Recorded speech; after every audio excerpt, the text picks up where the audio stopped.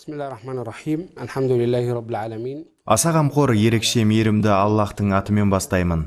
Барша әлемнің жаратушысы Алла тағалаға мақтаулар болсын. Барша пайғамбарлардың ұлысы, бүкіл әлемнің мейірімі әз пайғамбарымыз Мұхаммедке, оның жанұясына және сахабаларына, және қиямет күнге дейін оның артынан ізгі амалдармен ергендерге Алланың сәлемімен салауаты болсын. Бүгінгі біздің тақырыбымыз ол Матруди ақидасы. Оның негізі өзге ақидалардан айырмашылығы жайлы болады. Әуелден айтайын дегенім, ол Матруди ақидасы мен Ашари ақидасы барлық ахлі сүннет ғалымдарының қабылдайтын, онымен келісетін және барлық басқа мазхабтарға негіздеме болатын ақида. Оны барлық ғалымдар дұрыс көріп қабыл алды. Неге дейтін болсақ, осы Матруди мен Ашари ақидаларын салушы имам Матруди мен имам Ашари хижра санауы бойынша 3 және 4 ғасырларда, дәлірек айтсақ 3 ғасырдың 2 жартысы мен 4 ғасырдың 2 жартысында өмір сүрген. Екеуі де шамамен бір уақытта өмір сүрген, замандас болған. Ал олардан алдын көптеген фитналар, яғни іріткі салушы көптеген топтар мен ағымдар пайда болды. Мысалы, хариджиттер тобы бірінші пайда болды. Кейіннен мутазилиттер тобы бас көтерді. Сонымен қатар мурджиттер тобы да құрылды. Содан кейін шииттер, карамиялар тағы да сол сияқты топтар шыға берді. Осы топтардың көпшілігі ақида мәселесінде көптеген дау-дамайлар туғызды. Олардың кейбіреуі Алла тағалаға лайық емес сипаттармен сипаттай бастады. Ал басқа біреулері ақыл ойды шариғаттан биік қойды. Мысалы, мутазилиттер діни мәселеде тек ақылға ғана сүйеніп, ақыл барлық нәрсенің бастамасы. Ақыл не нәрсені жақсы деп айтса, ол жақсы, ал нені жаман деп айтса, ол жаман деп санайтын. Сол арқылы олар шариғатты ақылдан төмен және ақылға бағынышты деп санады. Осылайша мұсылмандар арасында көптеген қиындықтар туындай бастады. Себебі мұсылманның тренер тірегі ол дін және шариғат болып табылады. Сол сияқты хариджиттер тобы пайда болды. Олар көптеген мұсылмандарды күнәлары үшін кәпірге шығарып отырды. Олардың айтатыны, барлық күнәлар өте үлкен күнә болып саналады. Ал барлық үлкен күнәлар адамды кәпір қылады. Кімде-кім үлкен күнәсіне тәуба қылмастан дүниеден өтсе, оның имансыз кеткені, дозаққа мәңгі түскені, олар нағыз кәпірлер деген қағиданы ұстанатын. Тағы да бір топ пайда болып, олар иман мен күнә деген сыйымсыз, кәпір менен оған бойсыну да сыйымсыз. Мұсылман адам зинақорлыққа барса да, ұрлық жасаса да, қандай да басқа күнәлар істесе де, ол бәрібір де жәннатқа кіреді деген ойды айтты. Сонымен қатар шииттер сияқты топ пайда болып, олар саяси қарама-қайшылықты көп тудырды. Олар көптеген имамдармен, тіпті Әбу Бәкір мен Омар, Аллах оларға разы болсын, сахабалармен де қайшылыққа түсіп жатты. Олар Әбу Бәкір мен Омар халифалықты Әлиден тартып алып қойды деп санап, соның салдарынан көптеген саяси шиеленістер тудырды. Сол сияқты карамия тобы да пайда болды да, олар Алла тағаланы адамды сипаттағандай сипаттай бастады. Олар Алла тағаланың біз сияқты қолы, көзі, жүзі, еттен, қаннан құралған денесі бар, ол үлкен денелі, сақал шашы ұзын және аппақ деген сипаттап, мұсылмандар арасында өте үлкен іріткі сала бастады. Осы уақытта Алла тағала бүкіл мұсылман баласына осы екі ғалымды, имам Абу Мансур Матуриди мен имам Абул Хасан Ашариді сый қылып берді. Екеуі бір заманда өмір сүргенмен, басқа жерлерде өмір сүрді. Матуриди Орта Азия жерінде өмір сүрсе, Ашари болса Бағдат немесе Куфа төңіректерінен шыққан ғалым болды. Алла тағаланың құдіретімен екеуі де пайда болған түрлі ағымдар мен топтарға қарсы тұра бастады. Мутазилиттерге қарсы істің жақсы жаманын ажырататын ақыл емес, оны ажырататын шариғат. Ақыл шариғатқа бағынады. Шариғат жақсы деп тапқан нәрсені жақсы, жаман деп тапқан нәрсені жаман деп айтты. Харижиттерге қарсы мұсылман адам үлкен күнә жасаған болсын, кіші күнә жасаған болсын, істеген күнәлары кәпір қылмайды. Тек харамды халал десе, ал халалды харам десе, немесе Алла тағаланы жоқ десе ғана кәпір болады. Мұндай күнәлар кешірілмес күнәлар, тек осындай күнәлар ғана адамды кәпір қылады. Алла тағаланың өзі айтқандай, Алла тағала кімнің күнәсін қаласа кешіреді, ал өзіне серік қосқандарды ғана кешірмейді. Қайбір мұсылман адам үлкен немесе кіші күнә жасап қайтыс болған болсын, оның есебін Аллахтың өзі алады. Қаласа ол пендесін азаптайды, қаласа пендесін кешіреді. Қайткен күнде де оларға мұсылманға жүретін үкімдер жүреді. Егер ондай адамдар дүниеден өткен болса, бұрын істеген күнәларына қарамастан жаназа шығарылады. Мұсылмандардың бейітіне көміледі. Оларға артынан дұға да бағышталып отырады деген үкім шығарды.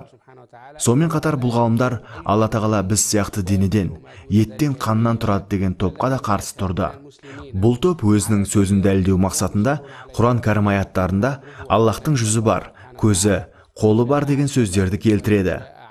Сол аяттарды келтіре отыра біз Алланың көзі бар, қолы бар, жүзі бар деп шыққанымызға неге қарсылық білдіресіңдер деген наразылықтарын айтады. Сонда Ахлі сүннет ғалымдары оларға мұндай сөздер тікелей өзінің мағынасында келмеген. Барша адам білетіндей араб тілінде суыспалы мағынада қолданатын стильдер өте көп. Сонда Матуриди мен Ашариға қарсы шыққан бір топ ғалымдар Құранда Алланың қолы, жүзі, көзі бар деген нақты сөздер бола тұра, қалайша оны жоққа шығармақшы деген наразылықтар туындады. Біздің айтатынымыз, олар бұл сипаттарды жоққа шығарған жоқ. Бар болғаны адамға тән сипаттарды Аллахқа қоспаулары үшін әрекет жасады. Мысалы, Карамия тобын ұстанатындар айтады. Карамия дегеніміз, ол Мұхаммад ибн Карам ұстанымын ұстанып кеткендерді айтады. Мұхаммад ибн Карамның өзі хижраның 2-ші және 3-ші ғасырларында өмір сүрді. Ол мұсылман арасында үлкен фитна, яғни іріткі салды. Оның артынан көптеген жастар соңынан ерді. Жастар деп тағы да атап өткім келеді. Себебі жастар осындай жаңа бір ойларға түсіп кетуге бейімдеу тұрады. Кейбір деректерде ол 100 мыңнан астам жастарды бір жерге жинап, көзіне жас алып, жиналған жастарды жылата отырып, оларға уағыз насихат жүргізетін. Мұхаммади ибн Карам өзі сопылық өмір сүретін, мол құлшылық жасайтын адам болған, бірақ оның ақидасы мұсылмандар арасында үлкен іріткі салды. Ал имам Матуриди мен имам Ашари орта жолды ақиданы жалпы мұсылман қауымына ұсынды. Олар өз ақидасында Аллахтың сөзін киелі қылып көрсетіп, шариғатты басты орынға қойды. Аллаға тән емес сипаттардан да арылтты. Әсіресе Аллаға тән емес сипаттармен сипаттау мұсылмандар арасында үлкен іріткі туғызды. Біреу-міреу, неге Матуридия мен Ашария ақидалары пайда болды? Неге сахабалар заманында жоқ нәрселер, осындай бір ақидалардың түрлері пайда болды? Олар неге сахабалар сөз етпеген мәселелерді көтеріп, енгізе бастады деп сұрайтын да шығар. Ал біз оларға былай деп жауап береміз. Пайғамбарымыз, Аллахтың оған салауаты мен сәлем болсын, уақытында ақида өте таза болатын. Арабтардың өте үлкен бөлігі ислам дінін ұстанатын, араб тілінде толықтай жақсы түсінетін. Оларға Алла тағаланы адамдардағы бар сипатпен сипаттай алмаймыз деп түсіндіру шарт емес еді. Олар оны өздері түсінетін еді. Яғни сахабалар мен сол замандағы жалпы араб қауымы, мен сапар шегіп бара жатырмын, Алла менімен бірге, сөзі мен жолға шығып бара жатырмын, досым да менімен бірге деген сөздердің арасындағы айырмашылықты өте жақсы білетін еді. Аллахты бірге деп санау мен өзге бір адамды бірге деп санаудың мағынасы екі түрлі екен барша араб халқы жақсы біледі. Бұл баршаға анық түрде түсінікті болып, айырмашылығын талқылауға кіріспейтінде. Алла тағалаға тән сипат пен өзгелерге тән сипаттар әрқашанда екі түрлі. Құран кәрімде айтылғандай, Алла тағалаға ұқсас еш нәрсе де жоқ деген аят Аллахтың ерекше екенін көрсетеді. Алла тағаланың келбеті жайлы бір ой келгенімен, Алла адам ойы жетпейтіндей ерекше. Сахабалар осы сияқты сұрақтарды қоя бермейді. Себебі олар араб тілін толық біліп, қай мағынада айтылып жатқанын онсыз да түсінетін. Ал басқа ұлттың өкілдері көптеп дінге кіре бастады. Ал олар болса араб тілін жақсы білмей, соның салдарынан оның көзі, жүзі, қолы, аяғы бар деп Аллаға тән емес қасиетпен сипаттай бастады. Ахлі сүннет ғалымдары олардың қате түсініктеріне тосқауыл болып, мұсылмандар арасында іріткі түспеуін қолға алды. Айтып өткеніміздей, сахабалар заманында осындай іріткілер болмады да, сол үшін бұл мәселені қозғаудың қажеті де болмады. Ал имам Матуриди мен имам Ашари заманда мұсылмандар арасында іріткілер басталған еді. Сол іріткіге тосқауыл қажет болды. Осы жерде Ахлі сүннет ақидасына, яғни Матуриди мен Ашари ақидасына тоқталғым келеді. Ахлі сүннет ақидасы бірінші орында Алла тағаланы, сонан соң пайғамбарларды, кейіннен барып құлақпен естіп, көзбен көре алмайтын, жалпы ақылдың өзінше қабылдай алмайтын мәселелерге тоқталады. Соңғы айтылған мәселелер негізінен Құран кәрім мен хадистерге сүйене отыра сенім негізіне алынған. Ахлы сүннет ақидасы бірінші орында Алла тағаланың барлығын Құран кәрім мен ақылдан мысал келтіре отыра дәлелдейді. Аллахтың барлығын дәлелдеу мәселесі белгілі бір дәрежеде ақылдың функциясы болып табылады. Аллахтың барлығын шариғат дәлелдемейді. Ахлы сүннет ақидасы да осы сенімді ұстанады. Неге десеңіздер, мұсылман емес адамға Алла тағала бар, себебі Құранда солай жазылған деп дәлелдей алмайсың. Егерде Құранды толықтай оқысаңыз, ол жерде Аллах бар деген аят жоқ. Құрандағы аяттар Аллахтың сипаттамаларын ғана келтіреді. Мысалы, Аллах барлық нәрсеге құдіретті. Аллах естуші, көруші, білуші құдіретті, қалағанын істейді, тірі, мәңгі, жалғыз, бастапқы және соңғы және өзге де сипаттар Құран аяттарында кездеседі. Алайда ол жерден Алла тағала бар деген аятты таба алмайсың. Неге десеңіздер, бұл ақылдың міндеті. Оны біз адамдарға ақылмен дәлелдеуіміз керек. Ал Құран болса, ақылдың ойлануына нұсқау ғана береді. Мысалы, жерге қараңдар деген аяты жаратылыс қалай басталғанына қарауға міндеттейді. Яғни, Алла өзінің барлығын Құранда тікелей жазбағанымен, ақылға ой салып, тұрып жатқан әлемге қарағын, таулар мен көлдерді кім жаратты? 7 қабат аспан мен 7 қабат жерді кім жаратты? Жерден өсімдікті кім өсіріп беріп жатыр? Жауынды кім жаудырып жатыр деген мағынадағы бағыттаушы сұрақтарды адам өзі ойлансын деп қойды. Себебі бұл нәрселер өздігінен жаратылуы мүмкін емес қой. Мұнда бір жаратушы күштің болуы да міндетті. Мысалға, бір адам бір бөлмеге кірді делік, ал ол жердің қабырғасында бір жазу жазылып тұр екен. Сол адамға осы жазу өзінен өзі пайда болды. Оны ешкім жазбаған деп сендіре алмайсың ғой. Тіпті жас баланың өзі оған сенбей, жазған адамның барлығын айтып шығады. Сондықтан да әрбір жүретін процестің атқарушысы бар деген қағида қалыптасқан. Әлемде көптеген нәрселер бар, демек оларды жаратқан бір жаратушысы да бар деген сөз. Құран кәрім осы жайлы өте көп әңгімелеген. Ахлы сүннет ақидасы Аллахтың барлығын ақылмен дәлелдейді. Содан кейін барып, Құран аяттары негізінде Аллахтың берген неғметтері жайлы, жаратушының жерде түзген заңдылығы жайлы баяндайды. Кейіннен барып Аллахтың сипаттары жайлы айта бастады. Мысалы, сипаттарының бірі оның жалғыздығы. Біз Аллахтың бірлігіне, мәңгілігіне, оның шексіз ең алғашқылығына, шексіз ең соңғылығына, Аллах өзінің жаратқан нәрселеріне мүлде ұқсамайтындығына, ешкімге де мұқтаж еместігіне, ол бәрін білуші, барлық нәрсеге құдіретті, барлығын естуші, барлығын көруші екендігі сияқты барлық сипаттарына сенеміз. Ахлы сүннет ақидасы бірінші осы сипаттарды шариғи түрде бекітеді де, оны ақылмен дәлелдей түседі. Кейіннен барып, иман және ислам жайлы, олардың өзара мағыналық айырмашылығы жайлы түсінік береді. Жалпы алғанда Ахлы сүннет ақидасы Алла тағаланың жаратушы екендігін, құлшылық жасауға лайықты екендігін, адамдардың барлық іс-әрекеттерін жасаушы екендігіне, адам баласы өзінің іс-әрекеттерін Алла тағаланың берген құдіреті негізінде ғана жасай алатындығына сенеді. Ахлы сүннет ақидасы сонымен қатар барлық нәрсе Аллахтың жазған жазуымен болатындығына сенеді. Аллахтың ешқандай да бір орынға, орындыққа, не болмаса бір таққа отыруға мұқтаж еместігіне, керісінше барлығы да Аллахқа мұқтаж екендігіне сенеді. Себебі бір нәрсеге мұқтаж болу деген Аллахтың сипатына лайық келмейді.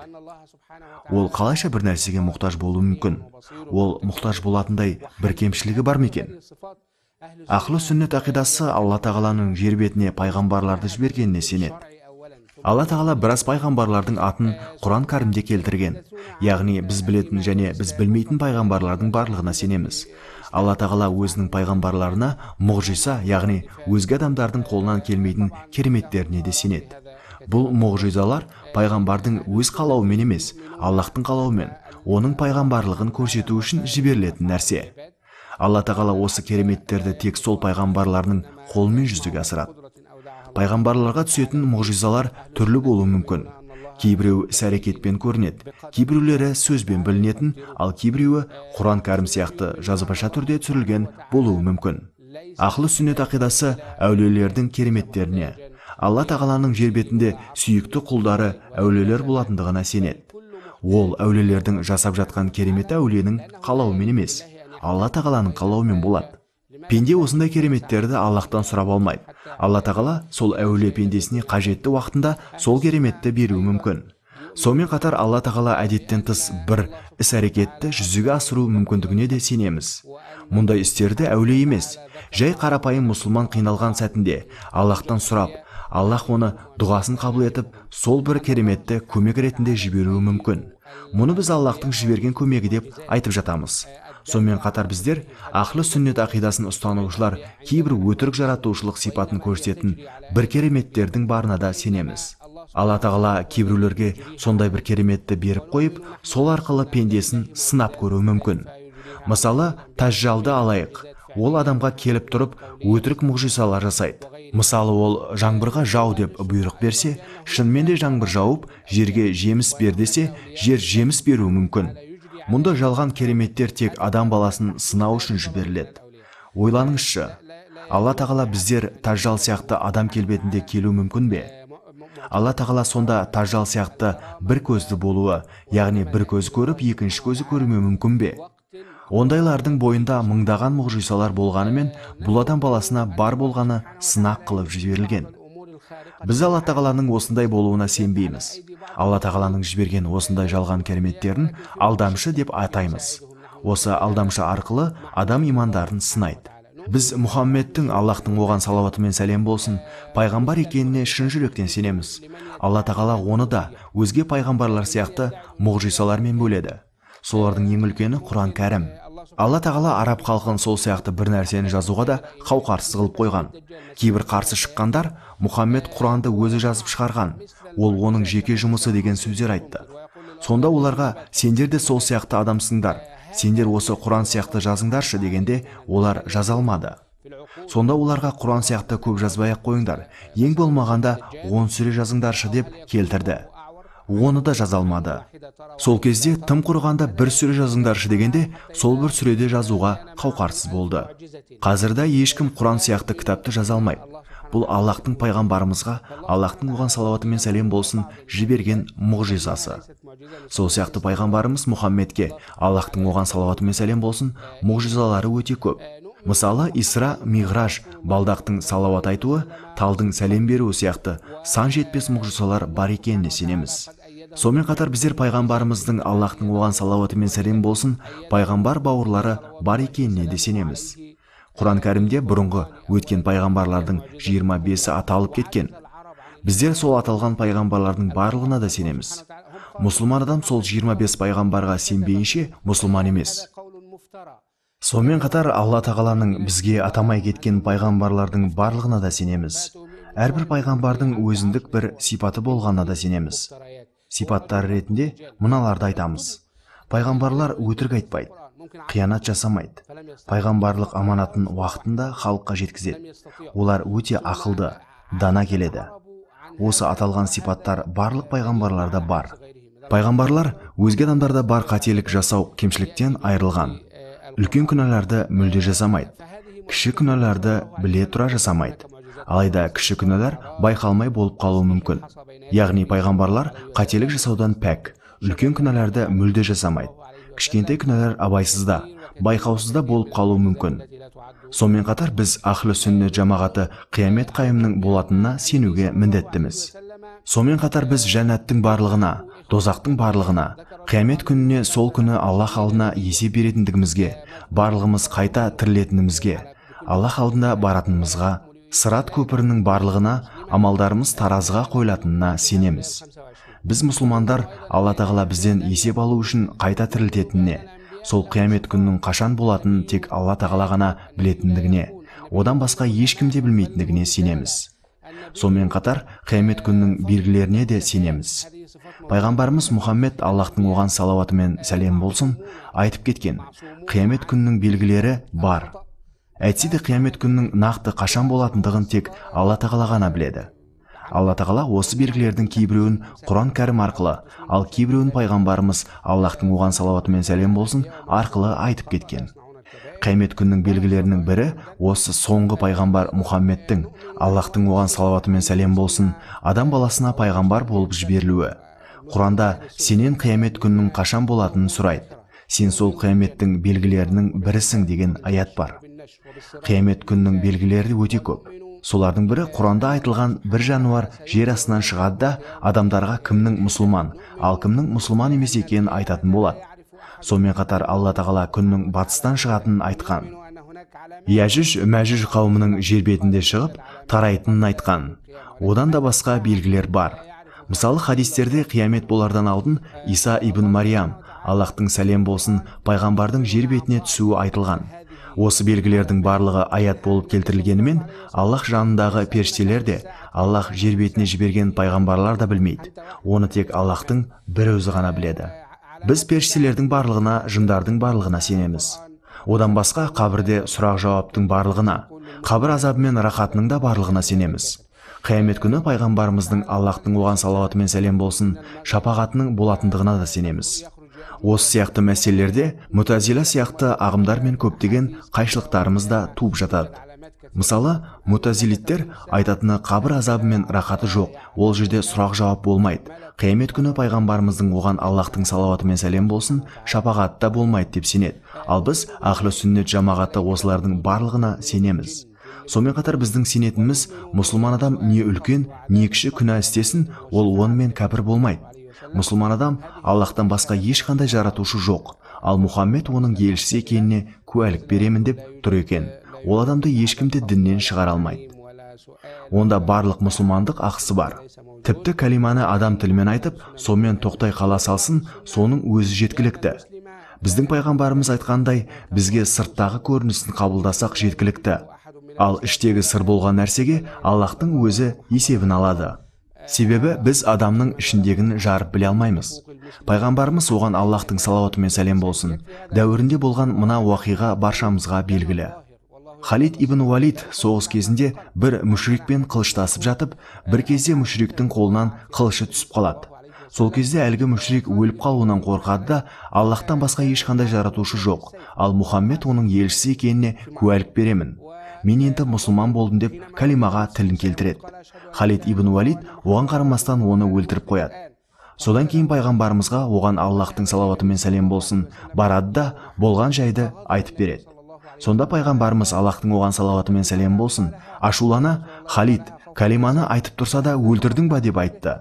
Ол болса, о Аллахтың елшісі, ол өлімнен қорқып айтты деді. Сонда сен оның жүрегін жарып көрдің ба? Жүрегінде не бар екенін білдің бе? Оны тек бір Аллах біледі деді. Содан кейін Алла тағала дұға қылып, о жаратушым, мен Халидтің жасаған ісінен пәкпін деп Аллахқа жалбарынады. Яғни кімде-кім тілімен ғана калимаға тілін келтірсе, пайғамбарымыз Аллахтың оған салауаты мен сәлем болсын, оны да қабыл алатындығын айтады. Сонымен қатар біз мұсылман адамның күнәсі үшін кәпір қыла алмаймыз. Немесе бір адамды жәннатқа кіреді деп те, ал басқа біреуді қылмысы үшін тозаққа кіреді деп те шешіп айта алмаймыз.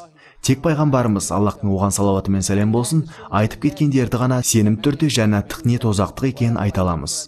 Сонымен қатар біз пәленше намазын оқып, оразасын ұстап, барлық жақсы амалдарды жасап жүр, ол жәннатқа кіреді деп кесіп айта алмаймыз. Бұл бір ғана Алла тағаланың жүзеге асыратын ісі. Біз Ахлу сүннет жамағаты Алла тағаланың біз білмейтін себептермен жәннатқа, не болмаса тозаққа кіргізетініне сенеміз. Анау күнәһар тозаққа кіреді, анау салихалы адам жәннатқа кіреді деп айтпаймыз. Бұл дұрыс емес. Себебі жәннатқа тек Аллахтың рақымшылығымен ғана кіре аламыз.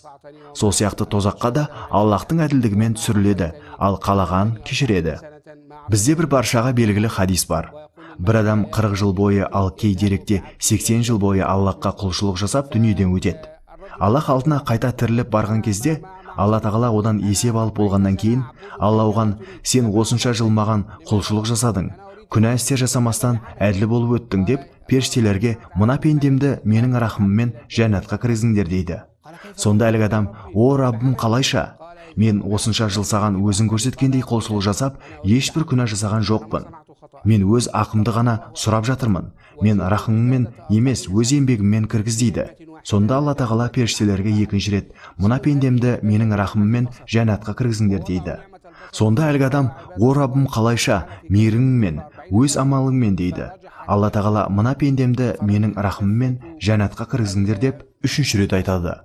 Үшінші ретте әлгі адам: жоқ, өз амалыммен, мен күнә жасаған жоқпын, тек сауап қана дейді. Сонда Алла тағала періштелерге: тоқтатыңдар, оны 40 жылдық ғибадатын таразыға қойыңдар да мен берген нығметтерін біреумен ғана салыстырыңдар дейді. Сонда періштелер оның 40 жылдық құлшылығын таразының бір жағына, оның көзін ғана таразының екінші жағына қояды. Сонда көз тұрған жағы басым түседі. Сонда Алла тағала 40 жылдық құлшылығың бір ғана берген көз нығметіне де жетпейді деп періштелеріне өз амалымен оны тозаққа апарыңдар дейді. Сонда әлгі адам тәубесіне келіп, «О Аллах, мені кешіре көр. Рахымыңмен мені жәннатқа кіргізе көр» деп жалбарынады. Алла тағала: «Өзің менің рахымымды қаламадың, амалыңмен кіргің келді, ал амалың жеткіліксіз. Тозаққа апарыңдар» деп періштелерге бұйырады. Сонда әлгі пенде жалбарына түсіп, «О Аллахым, мені кешіре көр» деп жалбарына түседі. Сонда Алла тағала періштелерге: «Мына пендемді менің рахымыммен жәннатқа кіргізіңдер» деп бұйырады. Әлгі кісі қуанғаны соншалық: «Сен менің құлымсың, мен сенің Раббыңмын, саған рахмет» деп қателесіп те жібереді. Жәннатқа кіру үшін адам баласының бір игі амалдары ғана жеткіліксіз. Аллахтың рахымымен ғана жәннатқа кіруге болады. Пайғамбарымыздың, Аллахтың оған салауаты мен сәлем болсын, мынандай хадисі бар: «Сендердің біреуіңді де ізгі амалдарың жәннатқа кіргізбейді». Яғни игі амалдың жалғыз өзі жәннатқа кіруге мүмкіндік бермейді деген мағынада. Сонда сахабалар: «О Аллахтың елшісі, тіпті сізде ма?» деп сұрайды. Пайғамбарымыз, Аллахтың оған салауаты мен сәлем болсын, тіпті мен де, тек Алла тағаланың маған берген мейіріммен ғана деп жауап береді. Біз ахлі сүннет жамағаты ешкімді де амалдары үшін анау жәннаттық, ал анау тозақтық деп сынамаймыз. Тек қана пайғамбарымыз өзі айтып кеткендерге ғана айталамыз. Әйтсе де біз тек дұрыс жолда жүрген адамның Алла тағала күнәларын кешіруін сұрай аламыз.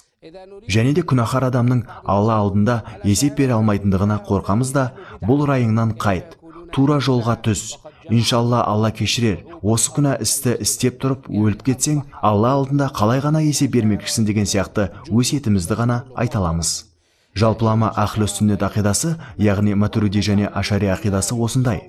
Осы ақида жалпы мұсылман ғалымдарының жүректеріне қонымды болды. Кейбіреулер ашария мен матуридияны ұстанғандар бидғатшылар деп қаралайды. Олардың қалайша бидғатшылар деп атай алады? Алла тағала олардың салған жолына барлық мұсылмандарды біріктірген жоқ па? Яғни басым көпшілігі не матуридия немесе ашария ақидасын ұстанады. Тарихқа қарайтын болсақ, барлық ғалымдарда осы екі ақиданың бірін ұстанған. Мысалы айталық, бізде яғни Әл-Азхарда басым көпшілігі Шафии мазхаб пен Ашари ақидасын және Ханафи мазхабы мен Матуриди ақидасын ұстанады. Ханафи мазхабын ұстана отыра, Матуриди ақидасын ұстанбайтындар өте аз, тіпті жоқтың қасы. Дәл сол сияқты Шафии мазхабын ұстана отыра, Ашари ақидасын ұстанбайтындар да аз. Егерде осы Ханафи мазхабына арналған кітаптарды жинасақ, өз алдына бір үлкен кітапхана болады. Ол жерде 100 мыңдаған ғалымдардың есімін табасың. Олардың барлығы да Матуриди ақидасын ұстанған.